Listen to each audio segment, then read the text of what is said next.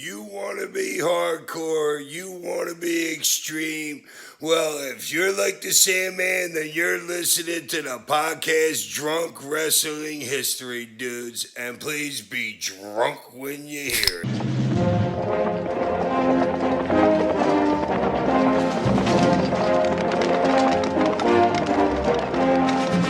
We've got Bush. I like to fuck. Do you like to fuck? It's just money shots, chairs all over Barrett. Those guys with bang butts think they're a big deal. My dick is small.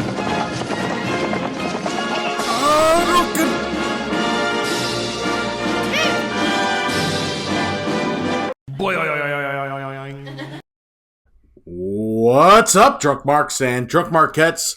Welcome to Drunk Wrestling History. I'm your designated host, Adam, and introducing at this time some longtime wrestling fans that you'll think are pretty sweet, whether they get shit-faced on this podcast or while crying on the street. A pair that would have gone to Florida for this ECW show and enjoy some Disney to find some single moms who tell them to kiss me. And when thinking they would give the gift of a creamly necklace of pearls, the moms would tell them, "No thanks, boys. Looks like you're on It's a Small World." A pair who also wonders if my ECW intros are gonna go south now that they've heard a personalized one from Gertner's filthy fucking mouth. But I think I'll continue this habit still, even if they think it's going downhill. Which is what I also did to your mother! Your drunk wrestling historians! This is Eddie. I intend to get properly fucked up if no one disagrees. Did he say creamly? He said I creamly. must have He said said creamly. creamly. Fuck. Adam stepped into the party and disrupted the whole scene, dude. Security is going to throw him out. He is getting thrown out of this episode before we finish. I mean, I got my fingers crossed. Yeah, that'd be awesome. And this is Scott. For those about to drink, we salute you. Creamly. Fuck. That's my bad. That's a new word now. I'm going to keep it. Nothing wrong with that. I like it. I hope it doesn't. Thank you all very much for joining our episode today. Hope you have a nice cold one in hand. We've got an ECW pay-per-view that we are covering for you. And just like a crazy ECW fan that was in the crowd, want you to dress right and look like a crazy wrestling fan with a Drunk Wrestling History t-shirt that you could get on whatamaneuver.net. T-shirts, tank tops, hoodies, and onesies, especially for miniature drunk marks and drunk marquettes that were probably not in the crowd, but you should still get one if you know of one. Drunk Wrestling History logo loud proud on the chest. You could look just as awesome as all them. Head to whatamaneuver.net and buy a fucking shirt.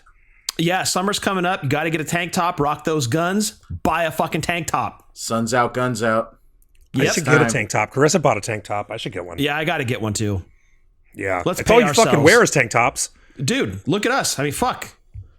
Me too. I mean, when I'm at home, I'm always in a tank top. You're in a tank top every time I see you. All the time. Yeah, all the time. Yeah. Like chilling around the house. It's fucking perfect, dude. Like from this episode until like, I don't know, October, November, it's going to be all tank tops. So you should look like us. Get a Drunk Wrestling History one.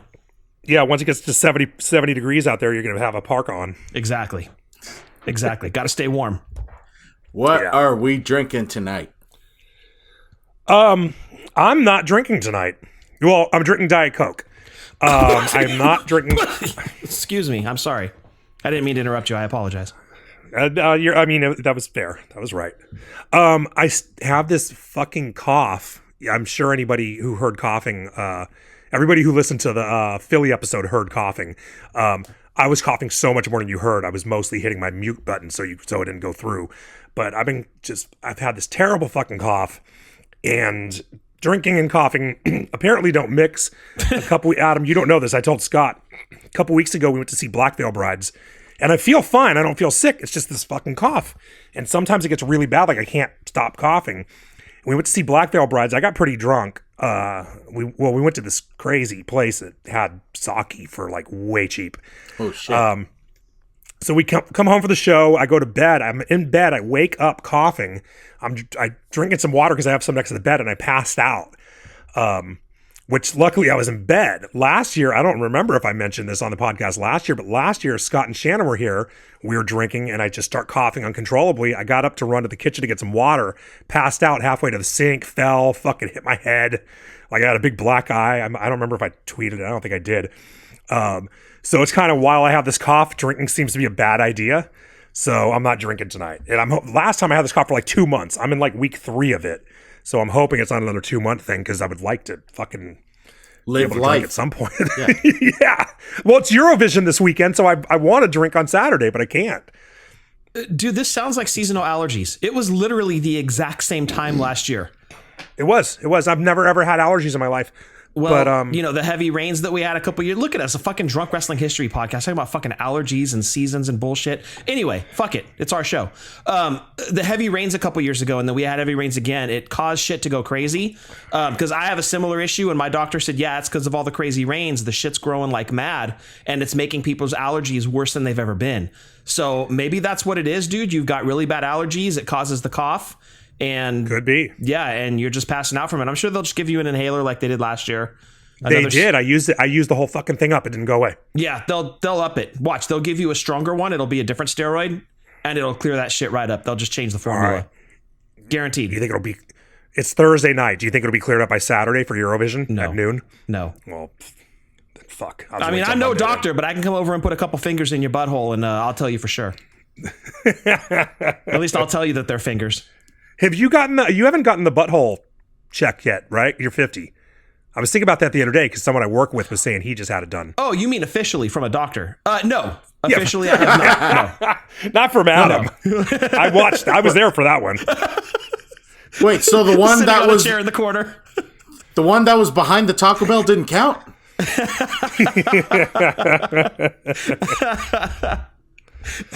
That was before Taco Bell, not after. That would have been disgusting.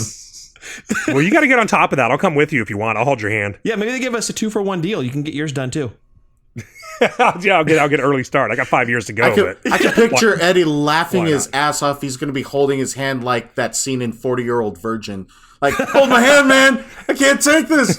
I'm going in. Screw that. I want him to be at my side. Do it, hands.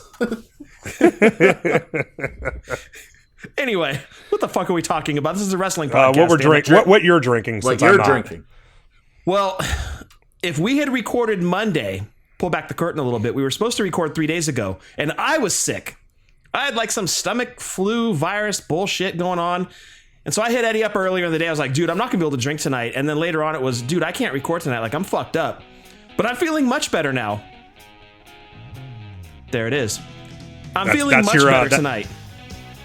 So yeah, I am worth the deuce, and I've got Jameson on the rocks. I'll be drinking for the 3 of us. Cheers. All right, very good. Like I am. I have got some Snapple, and because it's ECW, I want to get all hardcore up in here. If I finish that, I got some LaCroix. Oh, Did nice. you finish your tea from fucking Whitley or whatever the fuck that place is called in Philly? What's that place called that you were obsessed with? You mailed the fucking tea? I mailed tea? You don't remember mailing fucking iced tea to yourself? Oh, the Wawa iced tea. Oh, Wawa. I finished those that episode. Or whatever I didn't finish that night, but yeah. Okay, all right. Fucking Adam, dude. He forgot. I had forgotten about handballs until you played that shit back to me. And I'm like, Yeah, ham that's balls. much easier to smuggle in than a fucking whole cheesesteak. You should have had a backpack full of fucking ham balls, dude. You fired that shit out like a t-shirt cannon. People would have loved you. Oh, you know how many pig balls he could have gotten in there? He probably could have come in with like a few in his mouth, like a squirrel. We've been throwing them out like t-shirts during halftime or some shit. It's like that scene in Wedding Singer when she puts a big fucking meatball in his hand. Adam's like passing this shit out to people. Fucking like first pitch at a fucking Mets game. Adam's throwing this shit out to people. That's awesome. The weird thing is, Get your ham balls. Get your hand balls. weird thing is, I think at home, I think I still have a lemonade from Wawa. You love Wawa. Oh, sweet, man. Adam is my foodie hero. Happy to He's everybody's entertain. food hero. Yeah. The master of lists. Oh, dear God.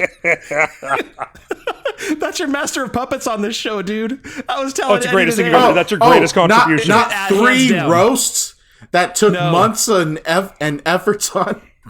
Nope. Nope. It was that unplanned moment of a fucked up top 10 that was your WrestleMania moment on the show, dude. Like You never wrote a joke as funny as when you said, I don't think I have a number 2.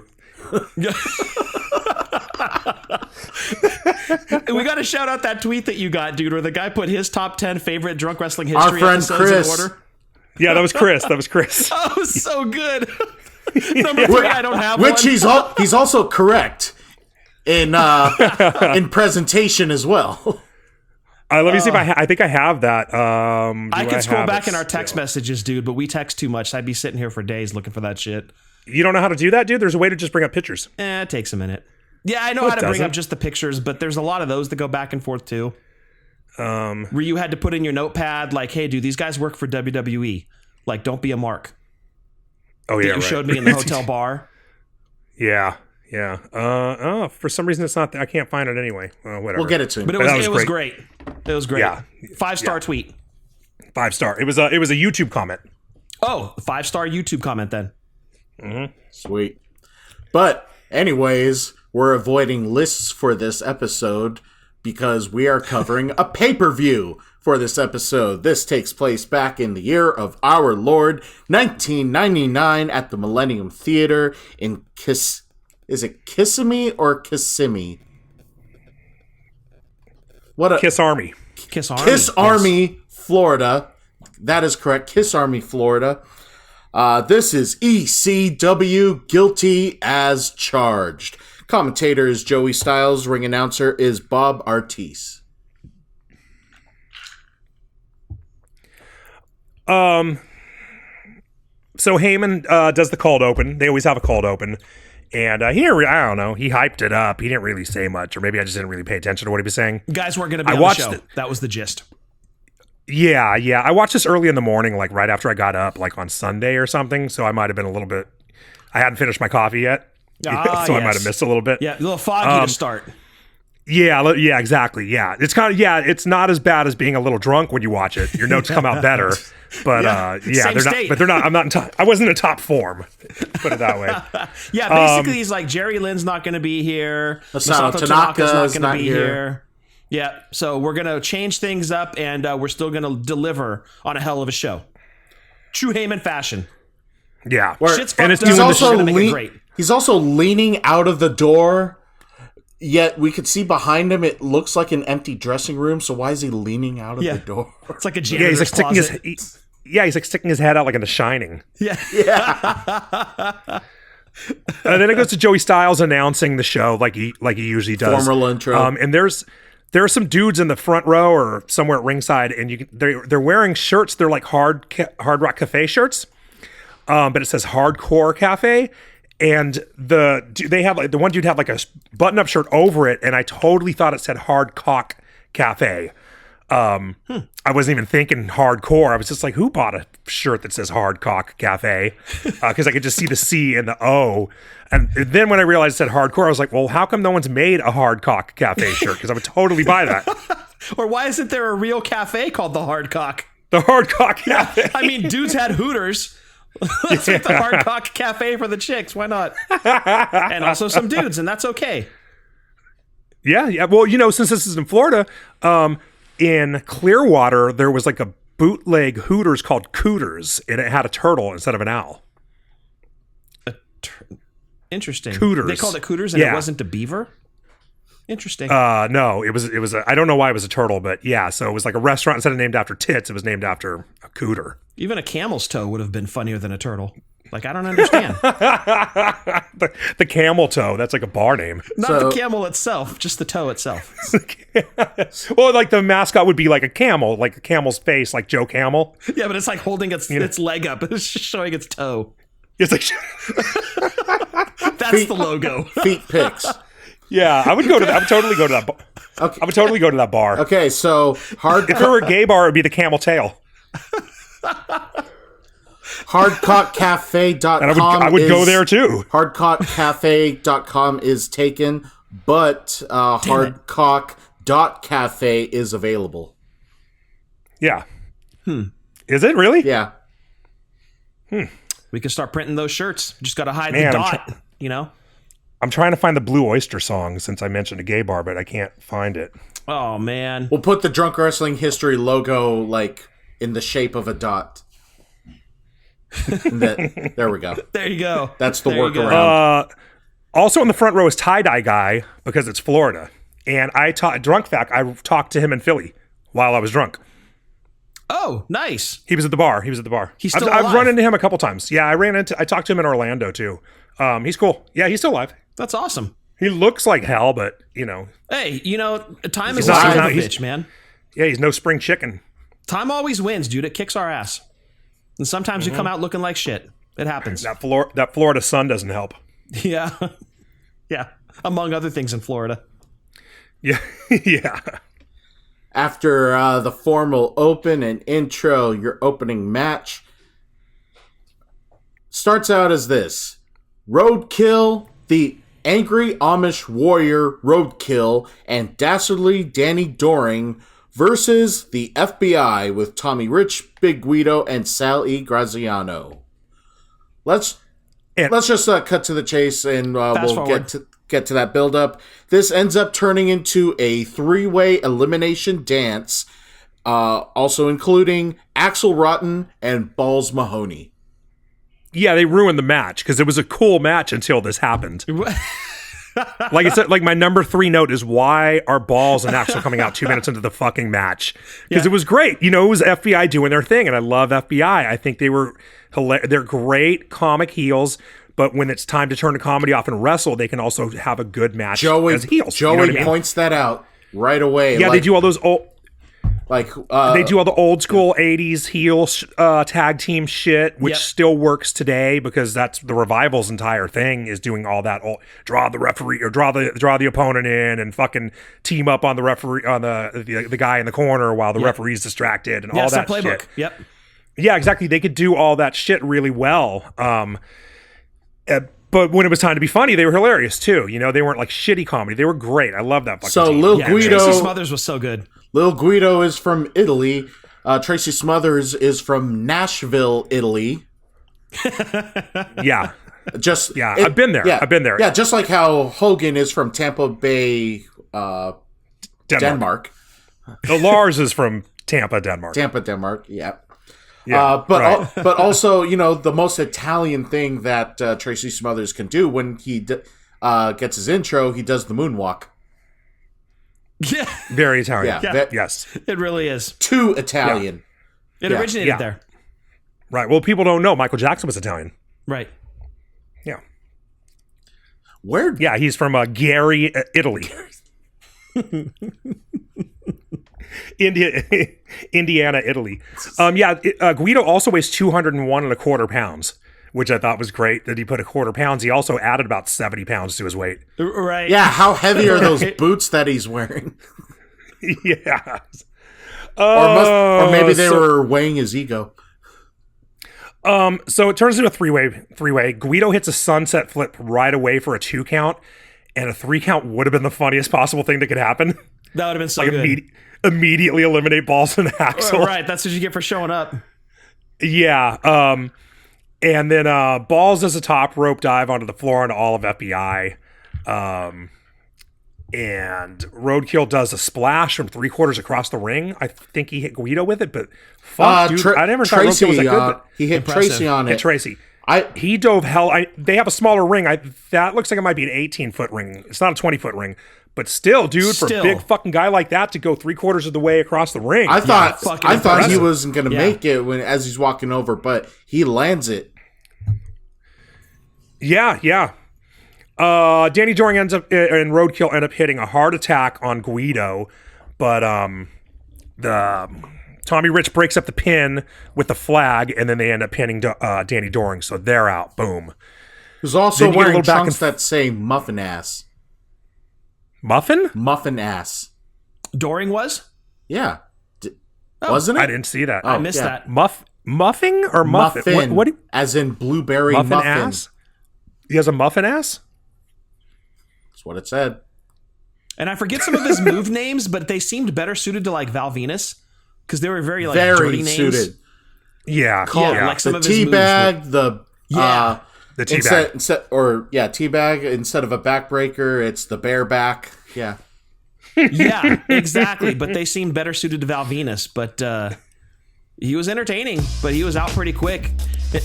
Yeah. And let's not forget, Joey Styles also said that Axel is an underrated wrestler. Joey Styles said this during the match.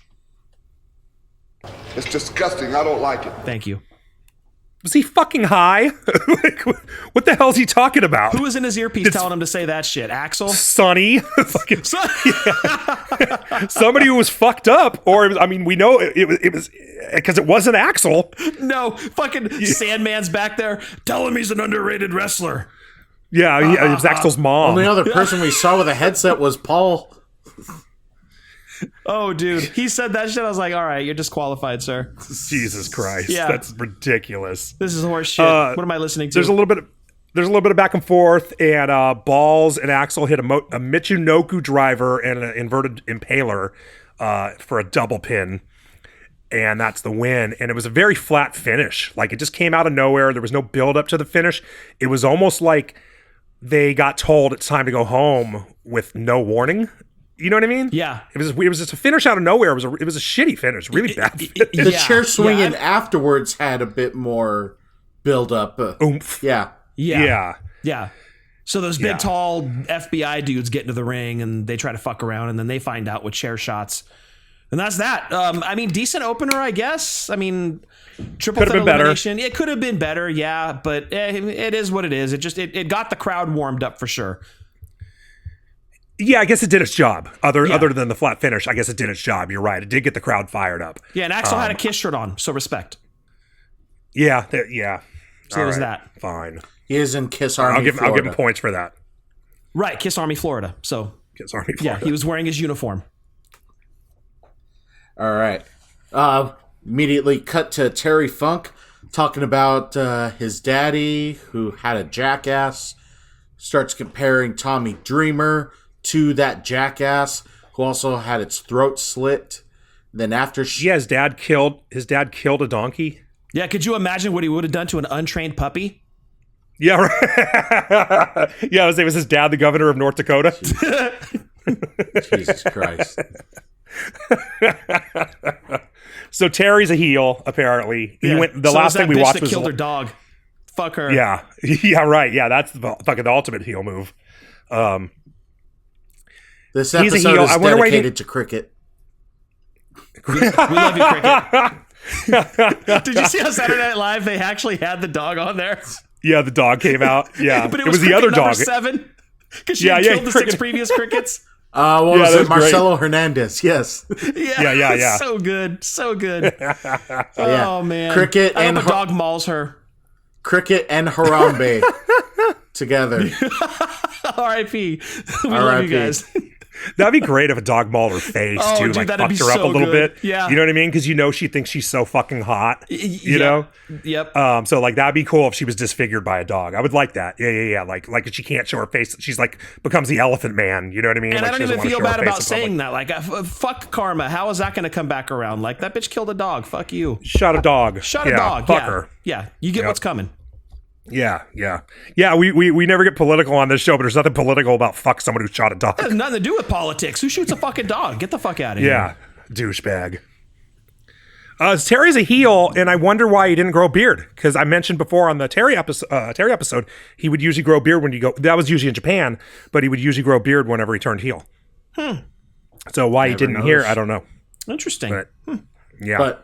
But after his rant and getting his emotions out, then cameraman, get the fuck out of here, and then just fucking snaps on like, what the fuck are you doing here? Get out!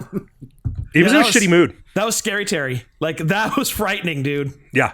This is like one of those. Oh God, you gotta call the police, but it's for you. But the next match is Super Crazy versus Yoshihiro Tajiri. Is this a first match featuring Tajiri on Drunk Wrestling History? It's his first pay-per-view. First pay-per-view? Probably, yeah. It's his first. I thought you were going to say it's his first ECW match. I was saying it's his first pay-per-view. Yeah, it's probably the first match of his we've watched. Wasn't he on the Invasion pay-per-view? I thought he was on the Invasion pay-per-view. He probably was. I remember he was like his second appearance, I think. He was active on WWF side, so never mind that. But at least very different looking Tajiri too. This was before he started lurking. This is before that. Was, no lurking. Yeah. Tajiri and Trunks. Right, before he got weird. Yeah. He looked like very young. Yeah, young, like a traditional attire, like trunks, knee pads, boots. Right? Yeah, it's weird too. It's weird because he looks like 15 years younger, but we would have seen him in WWE like 2 years after this. You know what I mean? So it's like he aged like 20 years in those 2 years. Yeah, but he got way more badass looking at the same time.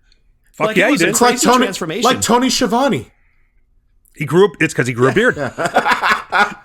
You're right. Yeah. Joey Styles points out that Super Crazy weighs 98 kilos. And that's all I have to say about what Super Crazy weighs. This should be match of the night. With that second match of the card. This should be match of the night on paper. Yeah. They start with a quick back and forth ECW thing, counter, reverse, blah, blah, blah. Shoot him into the ropes, duck. Resourceful, head scissors, grappling using the arm to roll the body. Nobody can land anything other than like a leg scissor, leg scissors into a roll. Strategy, Joey says that Super Crazy likes to fly, Tajiri likes to kick. So yes, and he does kick. He fucking no-sells a leaping DDT and gets up and kicks the fuck out of Super Crazy. It's called the buzzsaw for a reason. The crowd loves him. And he's using those kicks and he's working Super Crazy's leg. So already it's a pretty cool match. It has this hot start. Then you've got some like decent, one guy's going to work the other guy's leg, It's not really clear to me if there's a heel or face in the match. I don't think there was. I guess Tajiri maybe because he's working Super Crazy's leg. Typically the heel will be the one to do that. But nobody's really doing anything particularly dirty. So, without knowing... Closest thing, Super Crazy yells Viva Mexico, and then the crowd goes, woo. Yeah, this was more of a wrestling showcase, I think, as opposed to like a heel versus a face.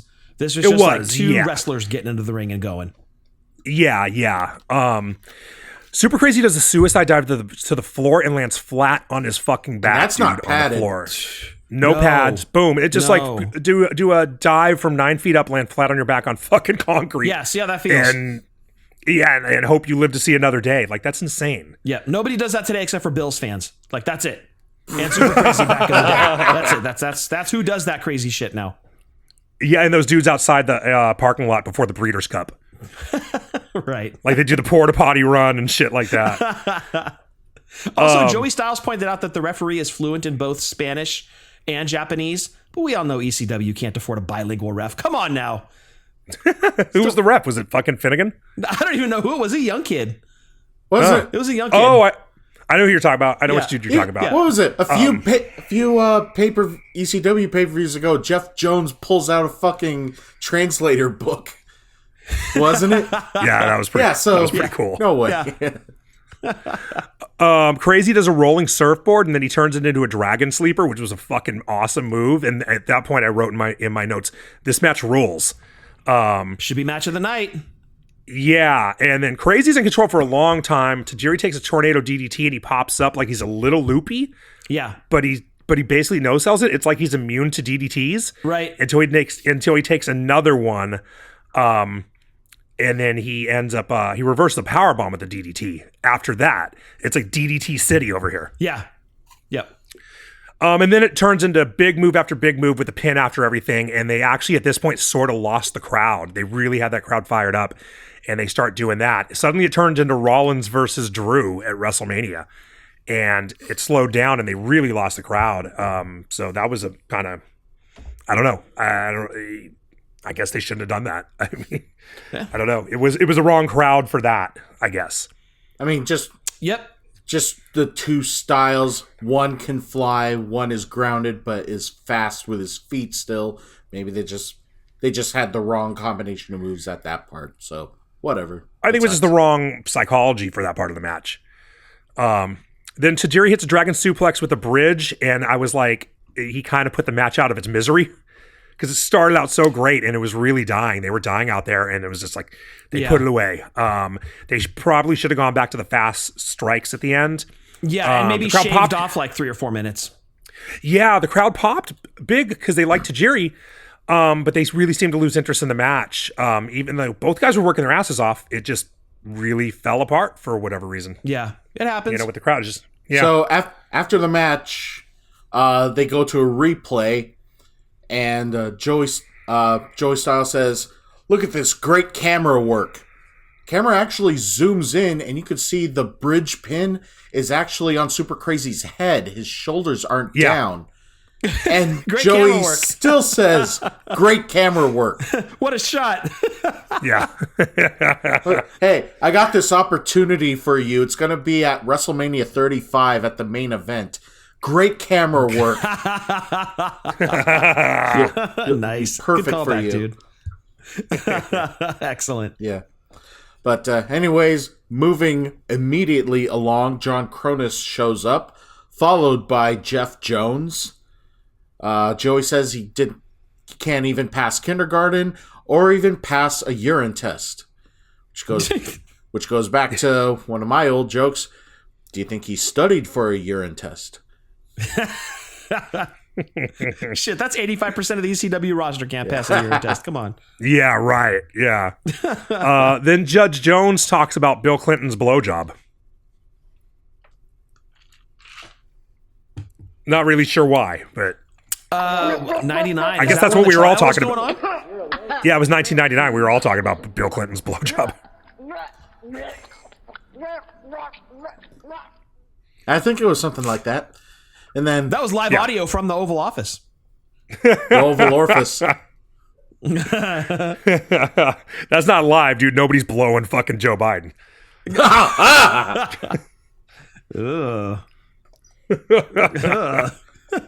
I can tell you the first time that Jill and I had relations.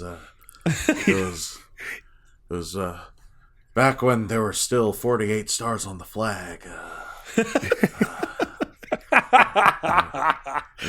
get an intern in there. I popped so hard, 2 more showed up. Jesus. An intern would come in there and be like, "I'm sorry, Mr. Flair, that's disgusting. I'm not doing that."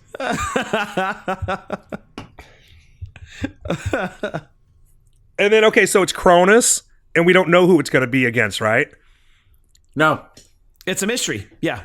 And out comes fucking Sid Vicious, of all people. Of all people, Sid. And he comes and destroys Cronus. He fucking chokeslammed him out of the ring, right? That was a vicious, like through that tape. That was a vicious one. It's like more of a throw, so it wasn't like just flat on his back. It was just he's coming down more angled, and he breaks the table outside.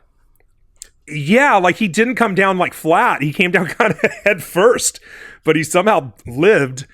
And he's also wearing jeans. Let's point out he's wearing jeans. Sid, yeah, he's in jeans. The most unforgiving ring gear you could probably wear. Jeans. Yeah. And he gets back in. Sid hits a fucking powerbomb at a 3 count. And I was like, oh, I didn't even realize it was a match. Yeah, well, here's the match. Choke slam over the top through a table. 3 chair shots. Crowd calls for the powerbomb. He hits the powerbomb. 3 count. Game over. That's the and match. he gets the fuck out. And he's gone. Bounces. And he got He paid gets out like probably he's more got a than softball any- game. He's got anybody things else on to the do. roster. He got Yeah, shit. He doesn't get paid right. by the hour. Getting the fuck out of town. Yeah, exactly. Yeah. Yep. Why is he not in the fucking Hall of Fame, dude? Is there heat with him in the company? Like, he wasn't a part of one of those concussion lawsuits or anything like Demolition. No, in fact, Like, they were or producing is it just- Sid merch, dude. Like, he's got a Legends deal or had a Legends deal. Okay. This was just up until a couple years ago. I can't explain it, dude. I don't know why he's not in the fucking Hall of Fame. He absolutely 100% should be in the Hall of Fame. It's just like probably it just hasn't been his year yet, I guess. I guess. I mean, I don't know if he would necessarily be a headliner. No. Well, I mean, give him a few more years. They're going to run out of fucking reasonable headliners. I wouldn't argue if he was. Like, I don't have any arguments against him being a headliner. He's very decorated. Every time he came in, he made an impact no matter where it was. He was always a top of the card guy. There's definitely a case to be made for him to be a headliner, if not a solid, like, right underneath the headliner kind of guy. And I would buy a Sid Hall of Fame t-shirt. Did Ray headline last year? Ray headline. Either of you know? So, okay, this is where they are on headliners. 2 years in a row, they had someone active on the roster headline. You know what I mean? Who's not retiring. So I've been saying this for years. They're going to run out because they would put like several big names in a year for a long time. And I was like, they're going to run out of these fucking people. Dude, 05 is the perfect example of exactly what you're talking about. That 05 class is fucking, that's stacked. Exactly. Yeah. Right. So I think at some point, like, maybe Sid isn't as big of a name or a draw as Heyman, but they've only got so many of those left, you know. So give it a few years, and I could totally see Sid headlining. If you ask me right now who's going to headline next year, I would have no fucking clue. I would have to, unless fucking Christian retires or something. But even then, I don't know if he'd headline. Well, he just talks shit on the Hall of Fame. He's like, I don't give a fuck about the Hall of Fame. Like, he just, he's definitely not going in next year. Even if he does retire, dude, it's going to be a little bit for him. Right. Val Venus mid-card. Maybe, I don't know. Yeah, it's questionable, but if they were to put Sid in as a headliner, I wouldn't argue with it at all. I mean, you got to look at every time he came in, he made an impact, dude. Very, very decorated. He would make sense. Yeah. Yeah, two-time champ, right? WWE champ. Did he have it twice? He had it twice. It was twice. Yeah, because he had it for like that month from HBK, and then he had it. He defended it at 13. Yeah, he defended it at 13, right. He won it after that fucking whole weird shit. Yeah. But after the Rumble that year. Yep. Yeah. So two-time champ, fuck it. Yep. Made him. He's Next born in match. West Memphis, Arkansas. I would just figure, I don't know, if it goes back to NOLA or somewhere in Texas. It's not going to West Memphis. It's not going to West Memphis, Arkansas. Yeah. If there's a Mania in St. Louis, maybe. What do we know? We're just drunk wrestling historians. Well, who headlines Las Vegas? I mean, if we're going to go off of like, it's got to be in your hometown. Duh, Ryback.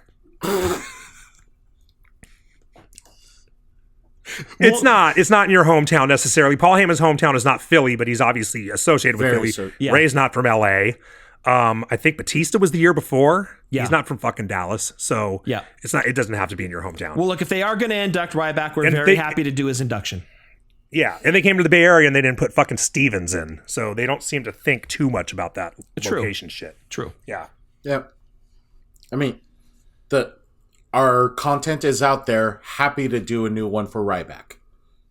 Oh, yeah, we'll write that shit for his induction. Yeah, exactly. And guaranteed he's not going to catch any of it because fucker blocked us.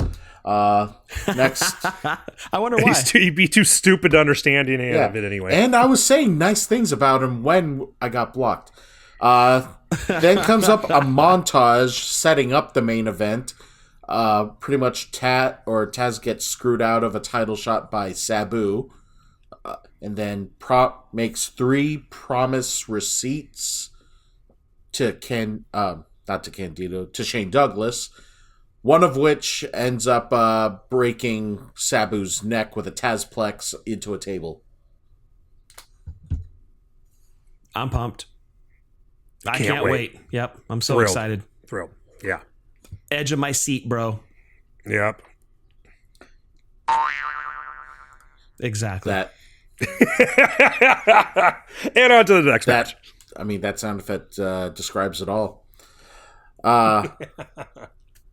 So, pretty much, we have a Dudley Boys open challenge.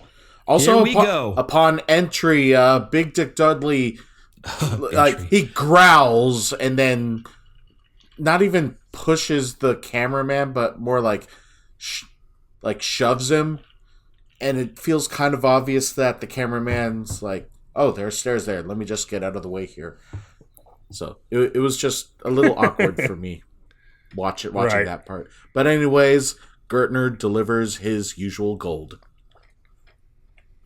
Yeah, he claims that Bubba's dick is the happiest place on earth. And that Gertner himself is going to fuck Minnie Mouse. And I sort of had a slight panic attack when he said that, because I was like, wait, did we watch this pay-per-view already? Because I remember seeing this promo just recently. What the fuck? Why is he talking about Minnie Mouse? And maybe I played it on the fucking episode, or your birthday episode or something. I don't remember why I watched it, but I had just watched it. I text Adam, like, fuck, dude, am I watching the wrong pay-per-view? And I look it up, and I'm like all fucked up. And there ended up being a spot in the match where I was like, oh, there's no way in hell I would have forgotten that. So I'm watching the right pay-per-view. But I freaked out for a second, because it's not like we don't have a history of one of us watching the wrong pay-per-view. We've done this before, yeah. We've done it a couple times, yeah. So plural. Yeah. Yeah. Sign guy has a sign that says "Pretty fly for a sign guy." Yeah. Dude, that was how Joel great. Gertner doesn't break the Dudleys and crew every single time he does an intro. Yeah. How the fuck? They have to read his shit like 10 times in the back to get all the laughs out. So by the time they hear it, it's like old, you know? But I think you're right. My favorite line of his was, he said that Big Dick last night, he points at someone, last night he split your 42-year-old mother in half and stuck it to her like a 21-year-old set of twins. How do you fucking come up with that shit? You have to be so twisted, dude. I love that man. He's brilliant. Joel Gertner, we salute you. Oh, yeah. You're our hero, dude. And then out comes the Dudley's opponents. Do anything for them? Or he do reps of those backstage as well? It ends up being an open challenge to anybody, even from the crowd. But who shows up? New Jack and Spike Dudley. And I don't know how it took me this long to think of this. New Jack is the only one in ECW who still has cool music now. Like, everybody else has the shitty generic music. New Jack's song is actually, it's not as good as Natural Born Killers, but it's a cool song. It's like, everyone cool. else's music sucks. Yeah. But yeah, they somehow got like cheap rights to some fucking actually pretty decent song. It's crazy how that song as usual, becomes... Go ahead. Oh, I was going to say, and they play the song through the whole fucking match. I was going to say, it becomes like white noise at a certain point, but then like you realize it's still playing as the match is going on. You're like, that's so fucking cool, because you know it's still playing in the arena. They're still playing Natural Born Killers, and that's fucking awesome, dude. It's fucking hilarious. To people with fucking cookie sheets. Like, that song is still playing. It's so good. Yeah. Spike hits the ropes, and he takes a baking sheet to the face from Bubba. Just fucking clobbers him, dude, right in the fuck. I don't know how he didn't break his nose. It's right. I mean, I guess he had his head down, so he took it to the forehead. But I mean, he just fucking clobbered him, dude. He didn't get his hands up at all, and it's like, a baking sheet isn't the worst. It doesn't have any weight behind it, but it's still gonna fucking hurt like hell. Yeah, I mean, you don't want to fucking get hit with one. That would suck. And then right after that, the spot that I would have remembered if I'd seen this match before was Bubba slammed Spike into the crowd the way Bam Bam did, but he did it over the post. Yeah. So he does it from a further distance. Clears the corner. What I mean? Because it's on... Yeah, it's on a diagonal, so the corner is further from the post. The corner of the barricade is further from the post. Yeah, still got him into the crowd. On the side of the ring. Like maybe three rows in, crowd surfs about to the seventh row. Bubba grabs him, takes him back. Let's do this shit again to the other side. Yeah. Throwing a human accuracy, you can't teach that. And that's such a dangerous fucking thing, dude. Like, I've been barely clearing the barricade. Never mind the clearing, dude. It wouldn't even be that bad if he didn't clear it. If he just hit the fucking barricade and hit the floor, you know what I mean? That's super crazy. He'd be fine. Yeah. But to land on people like that, like a lot of shit, I've been in a lot of concerts with people stage diving. I've had people land on top of me and shit a million times. The worst is when motherfuckers crowd surf from behind you and land on your head. You don't see them coming. But you can get a finger in the fucking eye when you land, or your finger can go in their eye, or a finger in the fucking mouth. Your dick can land on someone's forehead, and you know what I mean? Like a lot of shit that you don't think about besides hitting the floor can go wrong. Just weird shit like that. You could lose a fucking eye. Yeah. You know? Yeah. So it's a crazy fucking thing to do. Like stage diving is fucking crazy. I only ever did it once at a Machine Head show, and I didn't have the balls to actually dive. I just jumped feet first. You know, I kind of found a little bit of a spot and just jumped into that, so I didn't really land on anybody. Yeah, but because it's a huge crazy, trust fall. It's fucking scary, dude. It is, yeah, and to be tossed with no control whatsoever is insane. To people that aren't expecting you to be there. Like, it's just fucking an audience watching a match, dude, and all of a sudden you got a fucking human hurtling towards you through the air. You're like, the fuck do I do? Catch you or right. move. You get a fucking right. Big Dick takes a guitar shot, and Joey Styles says Big Dick has gone limp, and we get a 3D on the ramp to New Jack. He lands in Bubba's belly. Also, right before that, New Jack ducks under the baking sheet. You can still Bubba's disoriented, like, Diva, what the fuck? What the fuck did you just do? And then they hit the they hit the 3D. Right. Then Spike gets in and starts hitting the acid drop on everyone.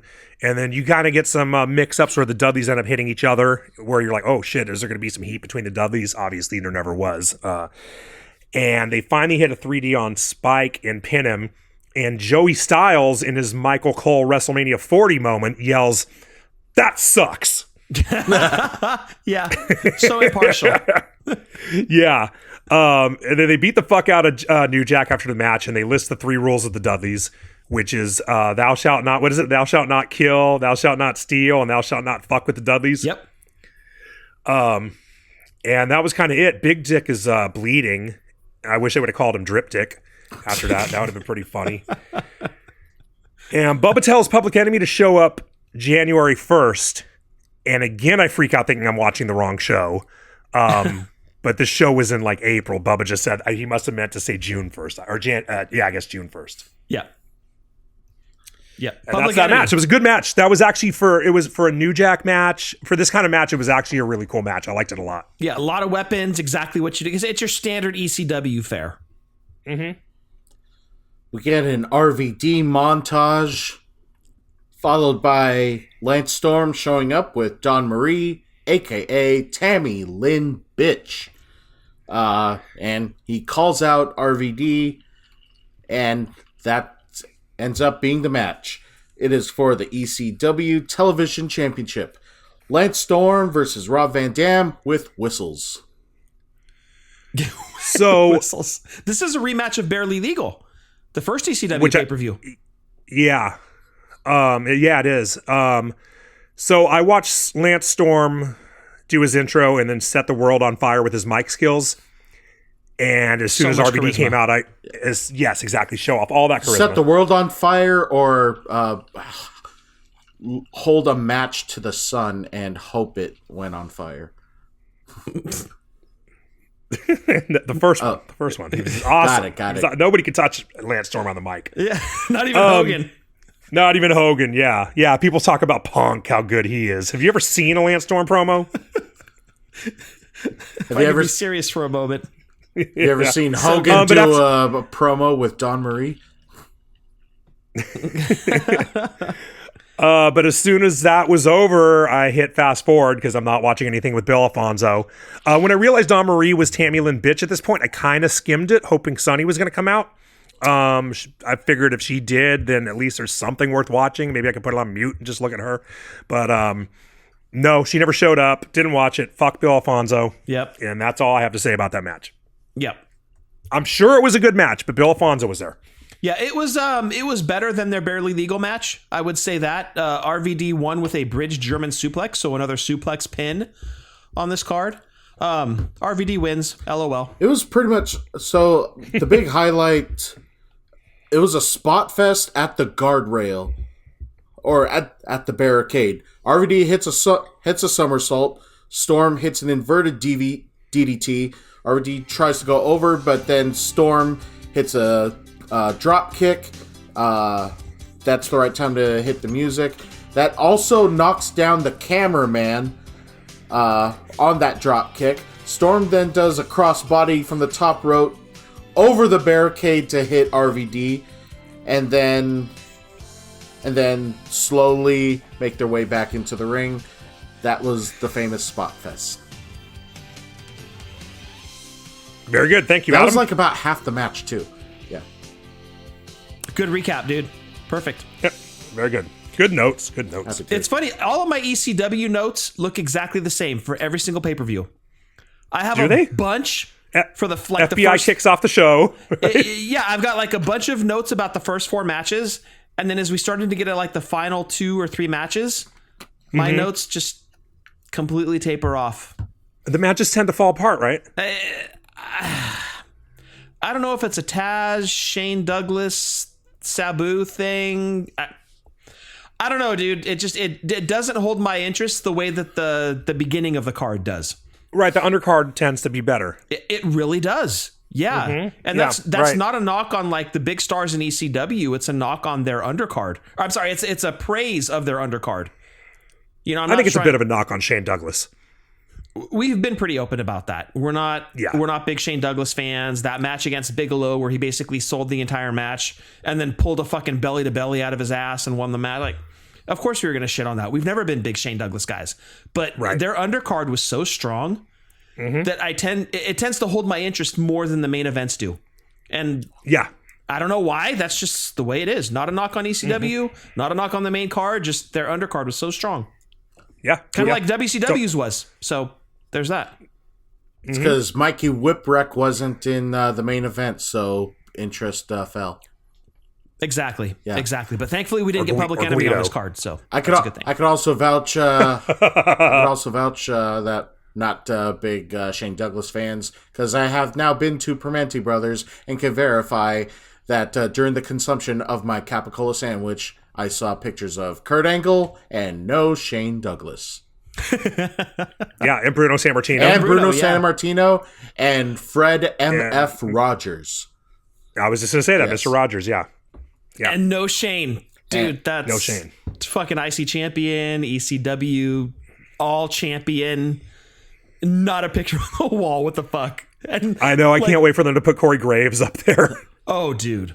That's like a huge kick in Shane's dick, dude. Not even Carmella lives there. Put Carmella up there too. Whiteout or a carving in the graffiti in the John of Shane Douglas there.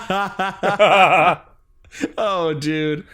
Harsh. Not that I'm saying, hey, if you're in Pittsburgh, go do that. Don't stop defacing a legendary place. But just saying, that's at least put a picture of a guy in the fucking bathroom or something, dude. Like, he repped Philly a lot of his career. Like, at least put him in there for that, you know. Yeah, they're going to put Britt Baker up first. Yes. Pittsburgh. Yes. The fucking Philly fanatic gets a spot on the wall over Shane Douglas. Oh, I hope Britt Baker gets up there before Shane Douglas.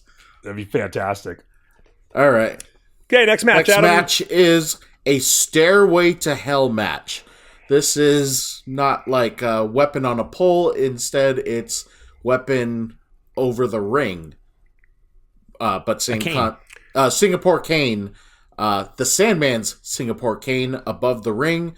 It is off center. It is not center. It is the one item, and it is off center. Just Incredible with Jason, Nicole Bass, and Jazz versus Tommy Dreamer. I wish, Tommy Dreamer had one of the best songs in the original, original ECW. He had Man in the Box. Yep. And his song now is fucking Man in the Box. It's exactly Man in the Box. And I wish they would have just taken the music, written new lyrics for it, and because parodies are protected. You can write a parody and not, get in trouble for it. Yeah. Just change the fucking lyrics, make the lyrics about Tommy Dreamer and have it sound exactly the same, have vocals on it and have it just be the same fucking, do like a Weird Al thing with it where it sounds exactly like it. Right. And unless you're paying attention to lyrics, you would never know it's not Man in the Box. Right. Because it's so fucking similar anyway. It is, you know? Yep. It makes me want to just turn Man in the Box on and fucking put the TV on mute every time he comes to the ring. Exactly. Yes. Like a bunch of that, like Sandman doesn't come out to a song that sounds like Inner Sandman. He comes out to some shit, or RVD doesn't come out to a song that sounds like Walk. But it's like an instrumental of Man My in the Box. favorite iteration is when the Dudley Boys, at the end of their first WWE run, their intro is Drop the Bombshell, Power Man 5000. When they jump to TNA, the song that goes, watch out, watch out, watch out. It's like, I want to listen to Drop the Bombshell whenever I hear that parody song. Mm-hmm. Yeah, exactly. That's what they should have done here. Yep. So right at the beginning of the match, Justin Incredible gets shot into the corner, and he does that spot where you jump up, the guy's running behind you, you jump up, and you jump behind him. You know what I mean? You lift your legs up over the dude and pop up, and you land behind him. Yeah. He does that, and as Tommy Dreamer stops and kicks him in the fucking balls as he's coming down, dude. Yeah, that's skill. That's skill. Yeah, it was perfectly. Yeah, I've never seen that before. That was fucking great. Just boom, right away, a kick to the dick starts the match off. Yeah, exactly. Yep. And then they immediately go outside, and it's kind of, they get back in pretty quickly, and it's kind of fucked up, and it's very ECW. They have a hard cam at the back of the ramp, or I guess maybe it's not a hard cam, but it's a camera on a tripod, and they're shooting with that camera. I don't know if they lost the regular hard cam or what, but they're shooting down the length of the ramp at the ring, and the ladder is sitting right in the middle of the fucking ramp. So you can't see anything that's going on in the ring because they're completely blocked by a ladder. I remember that shot. It's like so, trying to cheat out and capture the match just with one side, but no, they had to leave that corner at some point, and that is just in the fucking way. Yeah. You can't tell what the hell is going on, dude. It was just so ECW. I loved it. Yep. And then it's a hardcore match. They pretty quickly, Tommy Dreamer gets a ladder, and he's bringing it to the ring. Justin's inside the ring. He and Jason try to do the baseball slide into the ring to fuck up Tommy. Tommy lifts it. They both slide under him, land behind him, and Tommy yanks it back and cracks them both with it. Yeah. It was a really creative spot. I thought it was really cool. And at this point, the ladder's already fucking broken, dude. The hinge is like hanging downward off of it. It's shot. It's like fucking Paul couldn't spend the money to get fiberglass. Yeah. It's one of those cheap ass aluminum fucking ladders, dude. Like the kind that I don't even trust. Yep. And they do a spot where Tommy sets the ladder up in the corner, shoots Justin into it. He hits that fucking thing and he goes right over the top to the floor, and he just does it perfectly. That's like the Triple H shooting to the corner spot, but with a ladder now. Yeah. Exactly. Yep. It's exactly that spot, but he goes all the way to the floor instead of the apron, but right, with a ladder. It was fucking awesome. Justin Credible he's underrated. Who fucking said they were under Axel fucking Rose? Axel fucking stupid. Joey said he was an underrated wrestler. Yeah. Yeah, Justin Credible is an underrated wrestler. Yes, agree. He's a way underrated wrestler. He should have had more of a career, but I don't know why he didn't. But it wasn't because of his work. They teamed up with X-Pac when he got to the WWE, and I don't know that was the right move for him. That doesn't win any favors. They didn't know what to do with either guy, so they just kind of paired them up. They were hoping for like New Age Outlaws magic or something, but it just didn't work out. But yeah, I mean, definitely underrated. I totally agree with you, dude. Yeah. Nicole Bass distracts the referee so everyone can attack Tommy Dreamer because rules. Rules, yeah. Yeah. And then Justin's in control for a second, but then he crotches himself on the post. He does like a baseball slide into the corner on Tommy, feet first on his stomach. Tommy moves and boom, crotches himself right on the fucking post, which is one of those moves. Like, how do you do that? Right. How do you take that move and not have it fucking hurt? Yeah. Right. Yeah. Ladder to your fucking taint. Right. Then they're just going crazy. They're doing lots of cool shit with the ladder, but nobody's climbing it. It has not been set up yet, and we're pretty deep into this match at this point. We're 8-10 minutes of the match. No one's climbed the ladder. This is about an 18-minute match. 20-minute match. Yeah, so we're probably 8 or 10 minutes in. Well, I want to give Tommy Dreamer credit because at one point he takes a shot on his arm from the ladder from Just Incredible. He does that spot, puts his arm in between the ladder and yeah, and he does a really, really good job of selling his arm for the remainder of the match. And that is He something does. that is, I don't want to overlook that. Like, that's good storytelling on Dreamer's part, dude. So props to him for that. Yeah, totally. Yeah. Because he did it the entire match. He sold that arm. That was impressive. Yes. Which is a good thing. That's what you want to sell on a ladder, right? Exactly. You know what I mean? He's got to climb a ladder He's got to climb it. Yep. or a weapons match, right? Like, you know, like, oh, well, if he gets it, can he even use it? Well, and he's got to get to the cane. He's got to untie it from whatever's holding it up there. That involves your arms, right? So Yeah, it made he's it very selling this arm. suspenseful. Yeah, exactly. Yeah. So great job on Tommy Dreamer for that. Yeah. So they end up setting up 2 ladders, and this is the first time they've tried climbing the ladders. Tommy ends up RKOing Justin off his ladder, and he gets up, gets the cane, and then he tries to tie Justin's arms in the ropes like Andre, and he can't fucking do it. Yeah. Which is like, it doesn't help that they use cables. I'm sure they're probably a little tighter than ropes. Oh, yeah. They're shorter, which would also make them a little tighter. And also, you know, I'm sure that's a hard thing to do, but fucking Andre did that himself. Right. He would just kind of fall, and his weight just Fall. boop, it Yeah, did the he work was- for him. He was just so big and strong that he could fall into it and lift that second rope up over his own shoulders. Also, yeah, and also, really- if need be, under his own strength, could shit on people in the corner. I mean, Yeah. Andre was Yes. impressive, dude. Andre was impressive. Also, really quick, real man. when for that initial climb, we said that the Singapore cane is off center. Justin sets up his ladder opposite center, off center. So Yeah, his ladder's all fucked up. I didn't know where he This thought is he why was he's going. a contractor, ladies and gentlemen. Yeah. That's why he's a wrestler. Yeah, right. He needs Jimmy Carter Yeah, to don't- teach him how to use a ladder and use tools and shit.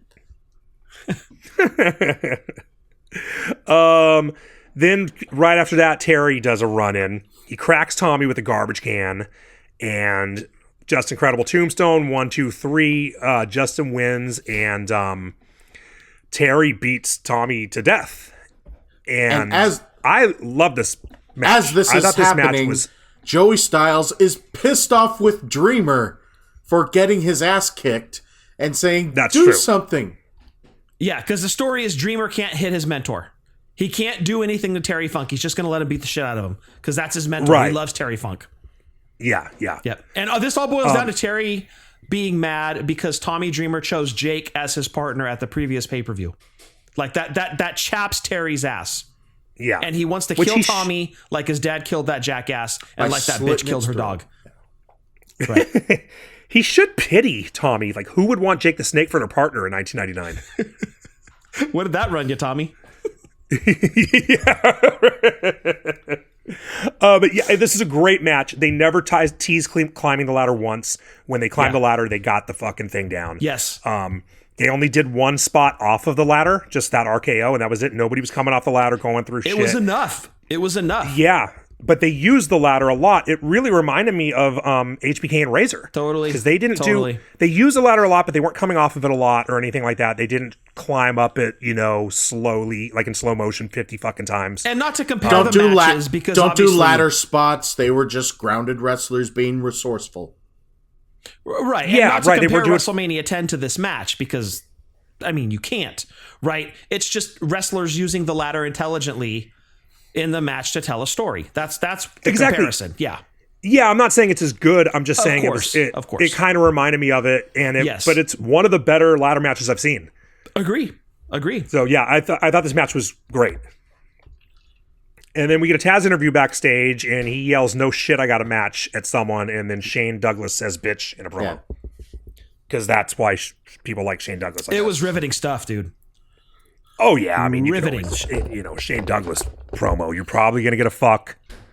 You know, you're definitely gonna get a shit. Yeah, no, it's great. You'll hear about all of his injuries because he makes sure that he tells you about all of his injuries going into it. His fucking Yeah, lost hangnails, tooth. his ingrown toenails, his fucking elbow that he fucking hit the funny bone. You know, he'll tell you all about it, dude. Yeah, his diverticulitis, his fucking kidney stones. Yeah, everything. Right. You son of then a Taz being bitch! mean to an I had interviewer. diverticulitis. I'm gonna kick your ass. You son of a bitch, I have lupus. Who is that? Who has diverticulitis right now? Someone's out with diverticulitis. Who is that? Jamie That's Foxx?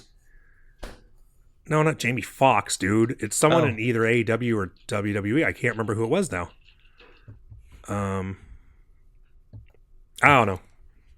Oh, I don't know. We'll find out. Bobby Lashley. Oh, But we have reached the main event. This is for the ECW World Heavyweight Championship. Taz versus the champion, the franchise Shane Douglas, with Francine. Referee is John Finnegan. Who is earning his paycheck tonight? Oh, Kenny Omega has diverticulitis. gotcha. That's who it is. Yeah, and hopefully Brock has it again. Francine has Marcy Darcy legs, dude. Like her legs are about as thick as the fucking ring ropes are. Like, does she eat? I mean, maybe. Yeah, she looks like a 90s model, like a runway model, you know, like they were all on heroin. she looks like one of them. I mean, she might eat, but there's no guarantee everything's staying in, you know? Oh, no, she definitely purges. Oh, yeah. Yeah. No, but you know what, though? Honestly, to kind of like go back a little bit, do you remember? Obviously, you remember APW.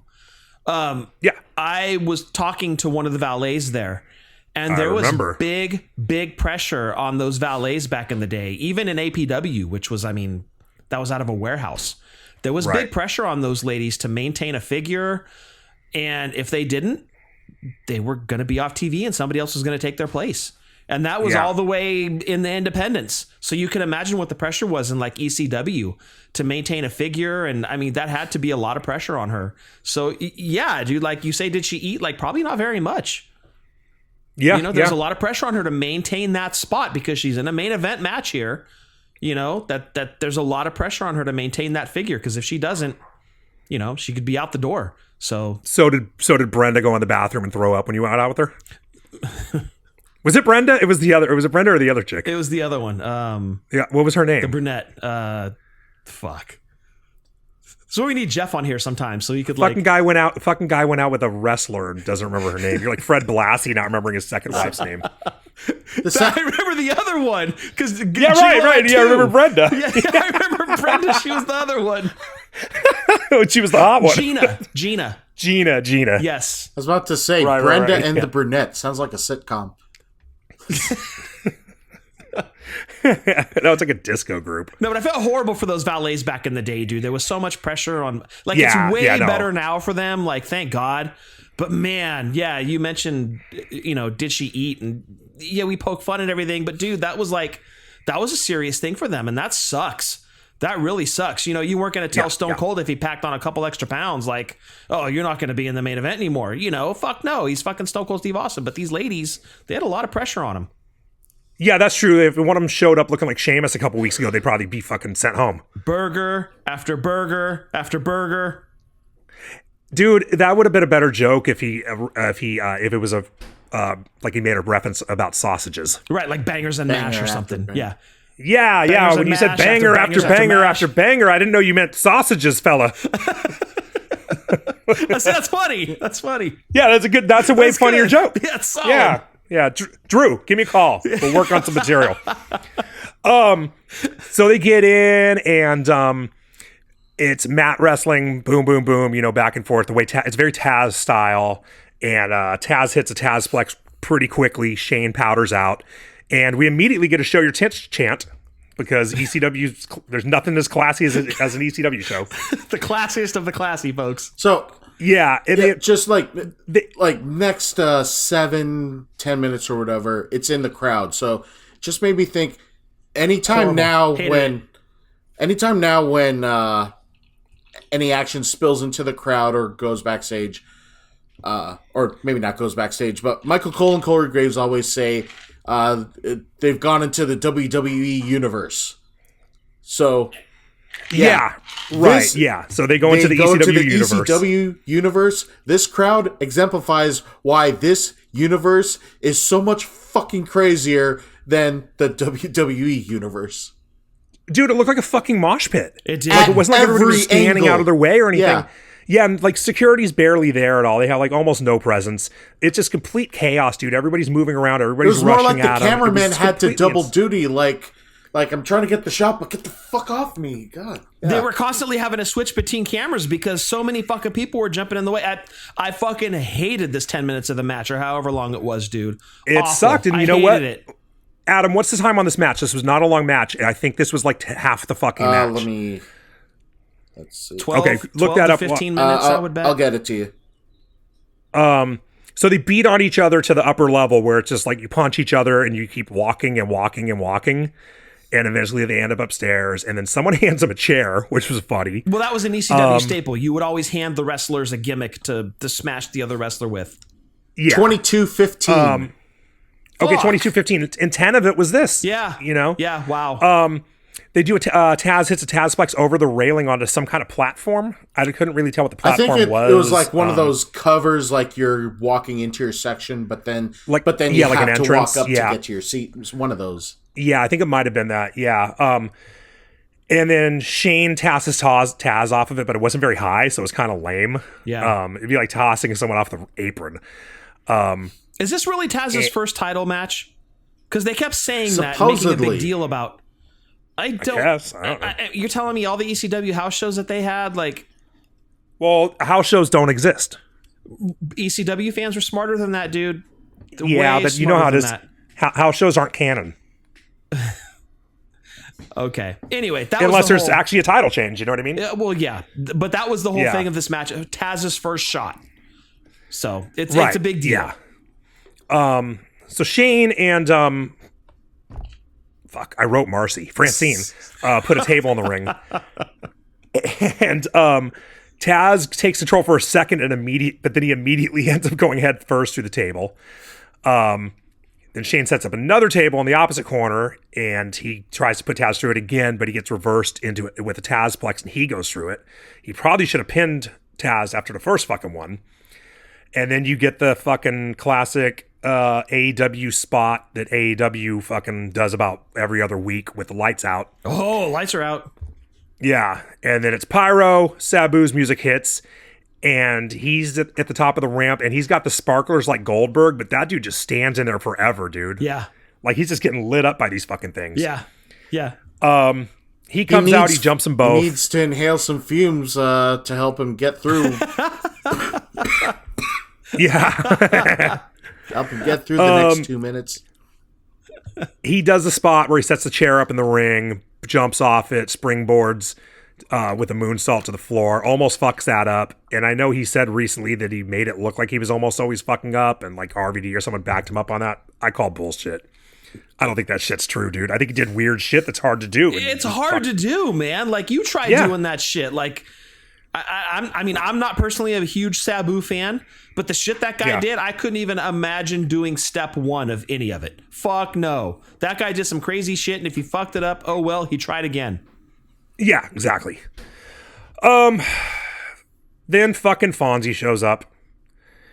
And I feel like fast forwarding, but at least it's not his guy in the match. And it's almost, I'm like, the match is, dude, I might have hit the time on the thing to see how much longer it was. Like, how long do I have to deal with this motherfucker? We finally get a pin. We're way deep into the match. We finally get a pin. Shane gets a 2. Then Sonny comes out, attacks Francine, and they get into it. But then Candido pops in. He and Shane separate them. So this is just like your classic ECW shit where everybody ends up in the ring in the main event, and it's just like one person attacks the next, and it just turns into a big schmoz. Yeah, I feel every pay-per-view review we've done of the main event, it's been something like this. Yeah, they never just had two guys get in there and wrestle. Right. There's always all these bells and fucking whistles, dude, and it fucks up every match. Yep. Candido decks Shane, but then he takes a Tazplex. Taz locks in a Taz mission on Shane Douglas. Shane holds out for a long time. He passes out with a 3 count. The ref lifts his arm 3 times. If you were on the crowd side of the arena, it was an awesome match. If you were on the other side it was a shit match. And if you were watching it on TV, it was okay. I don't even know about okay, dude. The whole thing with the crowd just killed it for me.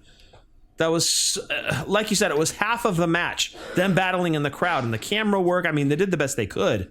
But battling in the crowd does absolutely zero for me.